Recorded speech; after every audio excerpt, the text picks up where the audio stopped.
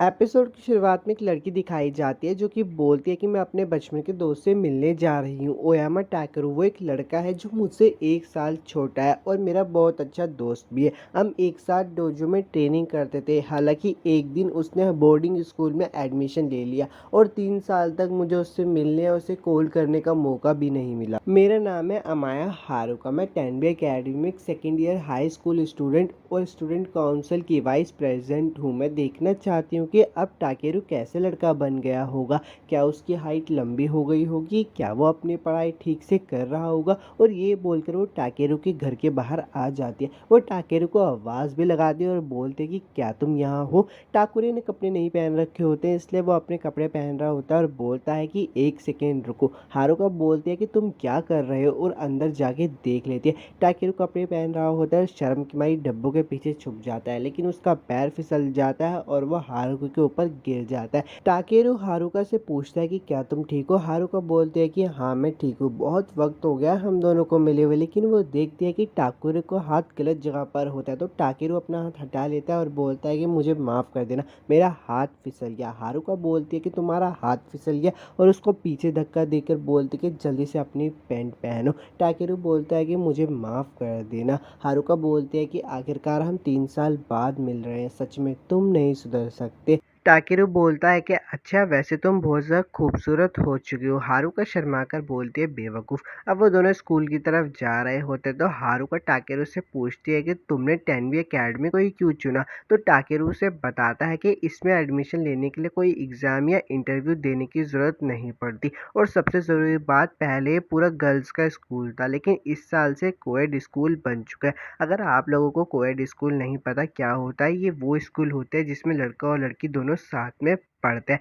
मैं 3 साल तक लड़कों के बीच रहकर पूरी तरीके से थक चुका हूँ, पर अब से एक शानदार हाई स्कूल की ज़िंदगी मेरा इंतज़ार कर रही है। मैं बहुत ज़्यादा खुश हूँ। हारुका बोलती है कि तुम बेवकूफ़ हो। अब वो दोनों स्कूल पहुंच जाते हैं तो हारुका बोलती है कि मुझे जाना होगा, एंट्रेंस सेरेमनी जिम में होगी तो कोई गड़बड़ मत करना और सीधे वहां पहुंच जाना। और जाने से पहले बोलते हैं कि टाकेरू तुम्हारा टेनबी अकेडमी में स्वागत है और वहां से चली जाती है। टाकेरू बोलता है कि बहुत समय हो गया है लड़कियों को देखे हुए, अब मज़ा आएगा। हारुका का सीन दिखाया जाता है जो कि बोलती है कि क्या टाका-चान ठीक तो होगा ना।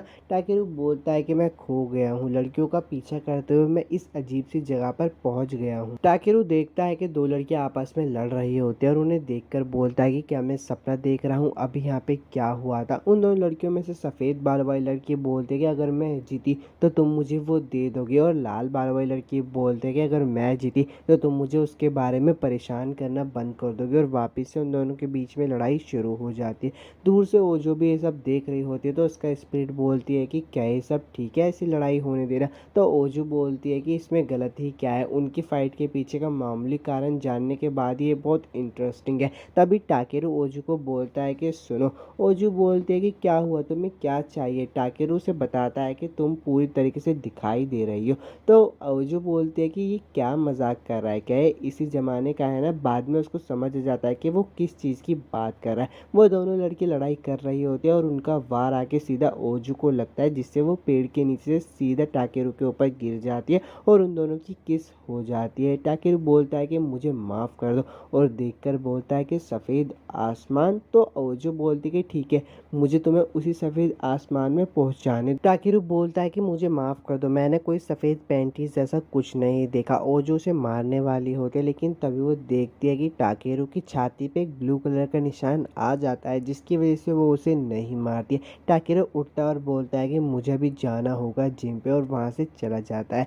ओजू मन में बोलते हैं कि मैंने उसे ढूंढ लिया, मैंने अपने दुश्मन को ढूंढ ही लिया जिसे मैं इतने दिनों से ढूंढ रही। अब एंट्रेंस सेरेमनी का सीन दिखाया जाता है जहाँ पर प्रिंसिपल बोलते हैं कि सभी को एडमिशन की बधाई हो, मैं टेनबी अकेडमी की प्रिंसिपल हूँ, मेरा नाम है रोकुजा मिनोरी और सभी न्यू स्टूडेंट का स्वागत करती हूँ। मैं आपको अपने स्कूल के बारे में कुछ बताना चाहती हूँ। इस स्कूल का मोटो है दिल, शरीर और खूबसूरती। और कोएड स्कूल बनने के बाद भी हमारे नियम नहीं बदलेंगे। इस नियम का मतलब ये है कि लड़का और लड़की खुद को स्ट्रॉन्ग बनाए और स्कूल के नियमों को ध्यान में रखते हुए प्यार और लड़ाई को खुलकर सीखे। इसके बावजूद सभी को 8 मार्किंग के लिए लड़ने के लिए एलिमेंट्स मिलेंगे। अगर आप अपने एलिमेंट को कंट्रोल करके 8 मेकिन के मालिक बन सकते तो आपका फ्यूचर बहुत ही ब्राइट होगा। टाकेरू उनकी बातें सुनकर बोलता है कि मुझे समझ आ रहा है कि वो किस बारे में बोल रही है। प्रिंसिपल बोलती है कि मेरी बातें सुनने के बजाय देखकर समझना ज़्यादा आसान होगा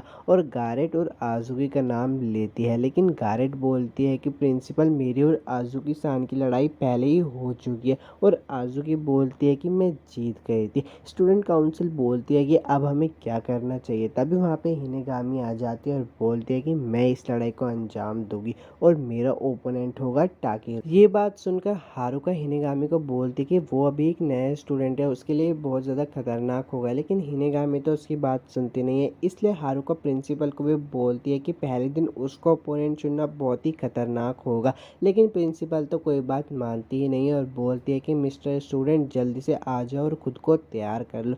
टाकेरू बहुत डर रहा होता है तो उसके आसपास के लोग भी बोलते हैं कि हाँ भाई, तुम्हें जाना चाहिए, तुम्हें उससे लड़ाई करनी चाहिए। अब टाकेरू उससे लड़ाई करने के लिए आ जाता है और बहुत ही डर रहा होता है। बोलता है कि एक लड़की से मुझे लड़ाई करनी होगी, मेरे साथ ही ऐसा क्यों हो रहा है। हिनेगामी टाकेरू के पास आती है और बोलती है कि तुम बहुत ज़्यादा नर्वस लग रहे हो। तो टाकेरू बोलता है कि मुझे माफ़ करना है इसके लिए। हिनेगामी बोलती है कि कोई बात नहीं, पर ज़्यादा ज़रूरी है अपने कंधों को रिलैक्स करो। हिनेगामी बोलती है कि हम तो बस दिखावे के लिए लड़ाई कर रहे हैं, इसका मतलब ये मत सोचना कि तुम जीत जाओगे। आप वहाँ पे जाओ और कुछ कराटे के पोज बना के खड़े हो जाओ, बाकी सब मैं देख लूँगी। हिनेगामी मन में बोलते कि मुझे कोई शक नहीं हुआ है, यही वो लड़का है जिसे मुझे हराना है। उसकी स्पिरिट भी वहाँ पे आ जाती है और बोलती है कि तुम क्या सोच रही हो ओजू। हिनेगामी बोलती है कि चिंता मत करो, मैं उसे अभी नहीं मारूंगी। क्या तुम्हें मेरी फिक्र हो रही है। वो इचाजुची को बुलाती है। इचाजुची बोलता है कि क्या हुआ। हिनेगामी बोलती है अब इस लड़के के दिल पे एक टाइम लाइटनिंग बॉल मारने का टाइम आ गया है। जैसा कि तुम देख सकते हो उसके पास मेरे एलिमेंट के खिलाफ कुछ भी करने के लिए नहीं है, वो इसे हल्के में ले रहा है। मैं उसके दिल पर एक झटका दूंगी और शायद कुछ दिनों में वो मर जाए। इकाजुची बोलता है कि आप ऐसा नहीं कर सकती, अगर आपने ऐसा करा तो आप कामिगारी की नज़रों में आ जाएगी और इसके अलावा आपको ये नहीं करना है। तो हिनेगामी बोलते कि हाँ हाँ मैं समझती हूँ, लेकिन मेरा खून इतनी जल्दी शांत नहीं होगा। हारुका ये सब देख रही होती है और मन में सोच रही होती है कि टाकेरू के पास ना तो एलिमेंट है और ना ही मार्किन है, क्या वो ये लड़ाई जीत पाएगा। सब कुछ अच्छे से हो जाए। प्रिंसिपल बोलते हैं कि चलो मैच को शुरू करते हैं। टाइम लिमिट होगी 3 मिनट की और उन दोनों के बीच लड़ाई शुरू हो जाती है। लड़ाई नॉर्मली चल रही होती है। हारू ने उन दोनों की लड़ाई को देख रही होती है और मन में बोलती है कि चलो इनकी लड़ाई तो नॉर्मल तरीके से हो रही है। लेकिन हिनेगामी को अचानक से पता नहीं क्या हो जाता है, वो अपनी पूरी ताकत से टाकेरू पे हमला करने वाली होती है। लेकिन तभी एक लड़की आकर टाकेरू को बचा लेती है और टाकेरू को देखकर बोलती है कि आखिरकार हम मिल ही गए।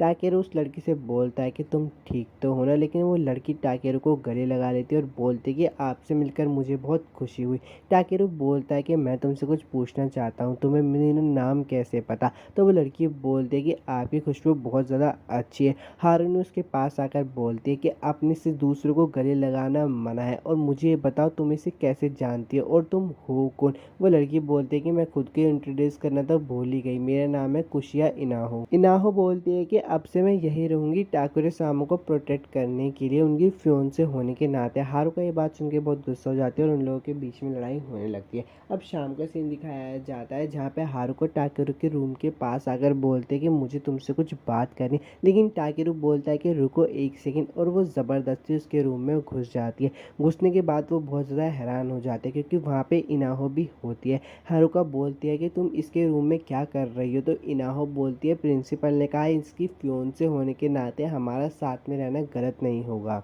हारुका बोलती है कि जो भी हो एक लड़का और लड़की साथ में नहीं रह सकते। स्टूडेंट काउंसिल होने के नाते मैं अलाउ नहीं कर सकती, मैं कल ही प्रिंसिपल से बात करूंगी। तभी वहाँ पे हिनेगामी आ जाती है और बोलते थे 3 लोगों के मुकाबले ये रूम तो बहुत बड़ा और सुंदर है, मैं भी अपना कमरा स्विच कर रही हूँ, मेरे पास बहुत सारे रीज़न है। तो हारुका बोलती है कि तुम्हारे पास क्या रीज़न है। तो हिनेगामी बोलती कि बस बहुत सारे रीज़न है। ताकि वो बोलता है कि मैंने ऐसा होने के लिए नहीं नहीं कहा था। हारुका गुस्से में गेट बंद करके बाहर चली जाती है और वापस अंदर आके बोलती है कि मैं भी तुम्हारे पास रहूँगी। तो हिनागामी बोलती है कि ये रूम तो सिर्फ 3 जनों के लिए है ना। तो हारुका बोलती है कि मुझे फ़र्क नहीं पड़ता, स्टूडेंट काउंसिल होने के नाते मुझे नज़र रखनी है कि कुछ ना हो। इनाहो बोलती है कि लेकिन हमारे पास तो 3 ही बेड है, ऐसा करते हैं कि मैं टाकेरू के साथ सो जाऊंगी। तो हारुका बोलती है कि ऐसी बात नहीं है, टाकेरू छत पर सो जाएगा। अब रात का सीन दिखाया जाता है जहाँ पे हारुका की आंखें खुलती है तो वो बोलती है कि मैं एक बार चेक कर लेती हूँ कि टाकेरू ठीक से सोया कि नहीं सोया। लेकिन जब वो देखती है तो बहुत ज़्यादा हैरान हो जाती है। अगर आपको जानना है कि वो देखकर क्यों हैरान हो जाती है तो मैं आपको नेक्स्ट एपिसोड में बता दूंगा। तब तक के लिए चैनल को सब्सक्राइब कर देना और वीडियो को लाइक ज़रूर कर देना।